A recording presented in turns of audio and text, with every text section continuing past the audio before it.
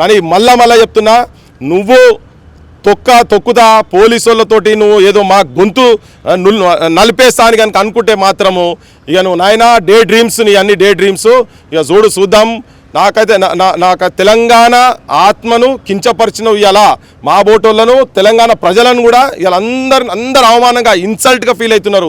చీనియా మాటిన్ నీ ప్రభుత్వం మీరేమన్నా తాగి పంటురా మాకు తెలియదా, 1000-2000 రూపాయల తాగి సంపాదిస్తే తాగి పండే బాపత్ దాంట్లో మీరు ఉన్నారేమో అని చెప్పని తెలంగాణ ప్రజలకైతే ఇప్పుడు అనిపిస్తున్నది. విశ్వాస నేను ఒక పెద్ద పదం వాడదలుచుకున్నా. తెలంగాణ ప్రజలకు విశ్వసించిర్రాయనే విశ్వాస ఘాతకునిగా మిగిలిపోయిండు. గొప్పగా పొగిడిండు, అది వేరే విషయం, అది వ్యక్తిగతకు సంబంధించినటువంటి, నేను కూడా పొగుడుతా ఆయనను వ్యక్తిగతంగా. కానీ రాజకీయంగా ఆయనకు నాకు మొదటి నుంచి నడుస్తూనే ఉన్నది ఆయన 2 కళ్ళ సిద్ధాంతము. ఆయన చంద్రబాబు వెంబడి తిరిగిండు, నేను ఇక్కడ ప్రజల ఆకాంక్షల గురించి నేను తిరిగిన. ఇక్కడ ఆత్మహత్యలు జరుగుతుంటే మేము గుండెకు అద్దుకొని హక్కున చేసుకున్నాం వాళ్ళను. కానీ ఈయన మాత్రం ఆత్మహత్యలకు కారణమైనటువంటి వ్యక్తుల చేతులలో రేవంత్ రెడ్డి అప్పుడు ఉండే.